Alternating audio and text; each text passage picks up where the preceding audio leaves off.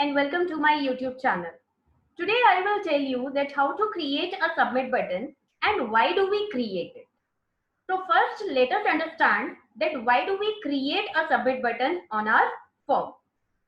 So answer is that we create it so that whatever the information is filled by the user in the form can be sent to the concerned person or to the concerned website. For example, you are visiting any educational website and you want to get enrolled yourself in any of the course.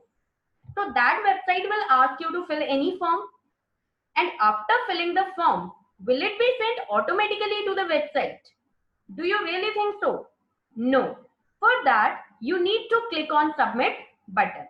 And once you will click on submit button, you will get one notification that your form is successfully submitted, or a thank you notification you will get. So first we are going to learn that how can we create a submit button in our form. So I am coming down into my form. This is the code for the same web page which I have shown you. And now I am going to start with input tab. So for creating the submit button, we need input tab. Now, as I told you earlier also that for adding any of the control in our form, we need to assign one name so that my processing page can identify the control by its name. So the name I can write in camel case notation. So FRM form submit. So the first letter is capital and this is my prefix. So how will I read it? Submit form. After that, I need to tell the type of my control. So the type of my control is submit because I want to submit each and everything whatever is filled into my form. So control S, go back and refresh it.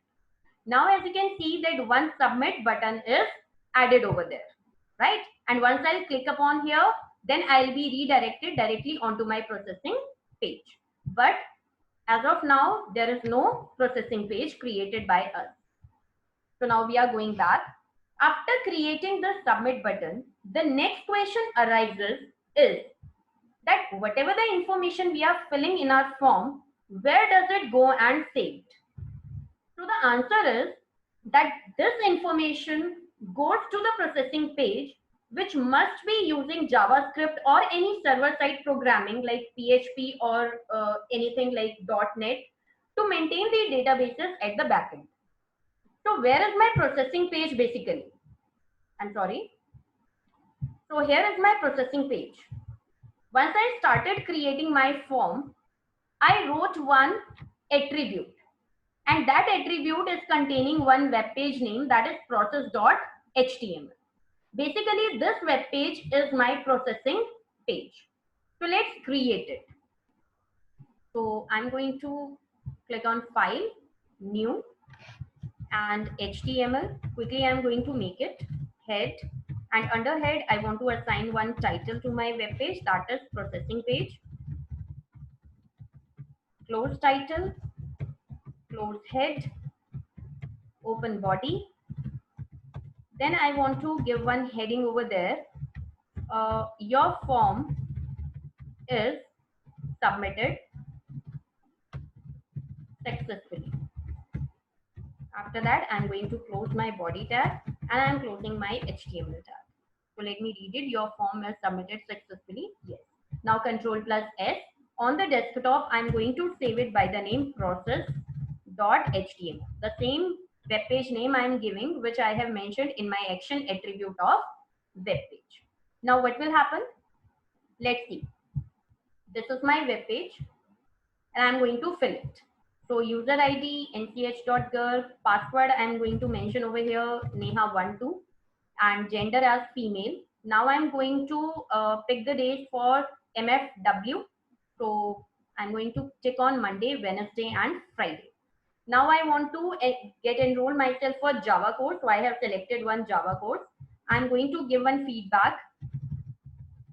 Excellent opportunity, right? Now finally I'm going to click upon submit. So I am clicking on submit. What has happened? That once I clicked on submit, I am automatically redirected onto my processing web page. And this processing web page I have mentioned into my login page. So I'm going to open it and will show you everything. This is my web page, and here is the name of my processing page, that is process.html. And as you can see that whatever the information I have submitted is directly displayed into my URL. Each and everything, whatever I have filled into my form. And how is it possible? Because in my method, I have mentioned get.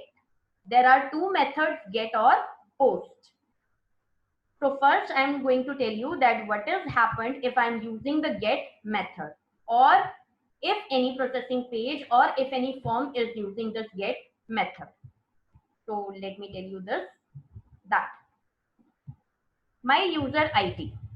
So the name of the user ID is txt user ID. And what is this name? This name is the name of my text box which I added onto my form for user ID. Okay. So my processing page is identifying this control by the name attribute and the value which I have given into this. So this is the for the user ID. Second name for the password is pwd. So I'm going to show you that also. And the value which I have filled over there, nch.garg@gmail.com, is also appearing. Now the next name is pwd. And what is it containing? It is containing the password which I entered, that is Neha12. So this is the biggest drawback of using get method in the form. Because whatever the information you are filling over here will be displayed in the URL, and we are not much concerned about the rest of the information, but yes, everybody is concerned about the password. My password should not be disclosed to anyone. But here, just because I have used the get method, so my password is again the part of my URL, which is really harmful, which can be harmful for us. Another control is like we are getting after that one ampersand sign, that means one break, that my control and the control value is over. Now we are going to start with another control, and this is RDB gender. And this name also I am going to show you that I assigned this name to my radio button, RDB gender, because I have chosen female value in my form. So it is displaying RDB gender is equal to female, right? After that, again, I am getting one ampersand sign. After that, CHB weekdays. Now, how many weekdays did I choose? I chose 3 weekdays, Monday, Wednesday, and Friday. So as you can see over here, MON, because MON is the value which I assigned to my checkbox. Then Wednesday, WED, and after that I'm getting FRI. So I am taking you again to the coding and I will show you everything. This is the name of my checkbox, CHB weekdays, which is appearing into the URL along with the value MON, which is identifying Monday, WED, which is for Wednesday, and FRI for Friday. So 3 values are appearing over there in my URL. After that, if I move ahead, then again I will get one ampersand sign. That means one control is again finished, and I am starting with SLCT course name, right? And this control name is assigned to my combo box. So as I can show you, this is the select tag is containing this name, SLCT course name. So this is for the combo box from where I can choose multiple options also if I want. But as of now, I have selected only Java as a value. And let me show you what is the name of the Java. That is Java. The value for Java course is Java itself. So my control must be containing Java. So I can show you that also. Yes, here is Java. And my last control is my feedback. And my feedback is containing the complete information, excellent opportunity. And one break is appearing in between excellent and opportunity. And why is that so? Because after writing excellent in my text area, I pressed enter. So this symbol is indicating enter sign. Now I would like to show you that in my text area, I used one attribute by the name wrap, and the value of my wrap attribute is virtual. So I told you in my previous class also that there can be two values, virtual or physical. So now I'm going to tell you the difference between virtual and physical. I would like to refresh the form for the same, and I'm going to enter the value again. So excellent opportunity provided to us. So how many words have I written? I have written 1, 2, 3, 4, 5 words. And first three words are appearing automatically into the first line, and last two words are appearing in second line because the data is wrapped in my text area, right? So what is the difference between virtual and physical? That virtual will send the data in the virtual format as it is entered, but physical value will send the data back as it is looking like in my text area. So let me show you the difference. Once I'm clicking on submit and going back onto the feedback. So what is happening? Excellent. After that, I'm getting one plus sign, then opportunity, then again I'm getting one plus sign, then provided, then plus, then another word plus, and then last word us. That means for each and every space, I'm getting one plus sign. And there is no line break because I did not press enter. Now I will show you that how does it look like if I'm going to use physical. So press Control S, go back to the page and refresh it. Now I'm going to type over there, excellent, opportunity provided to us, right? Now submit it. Now what will happen?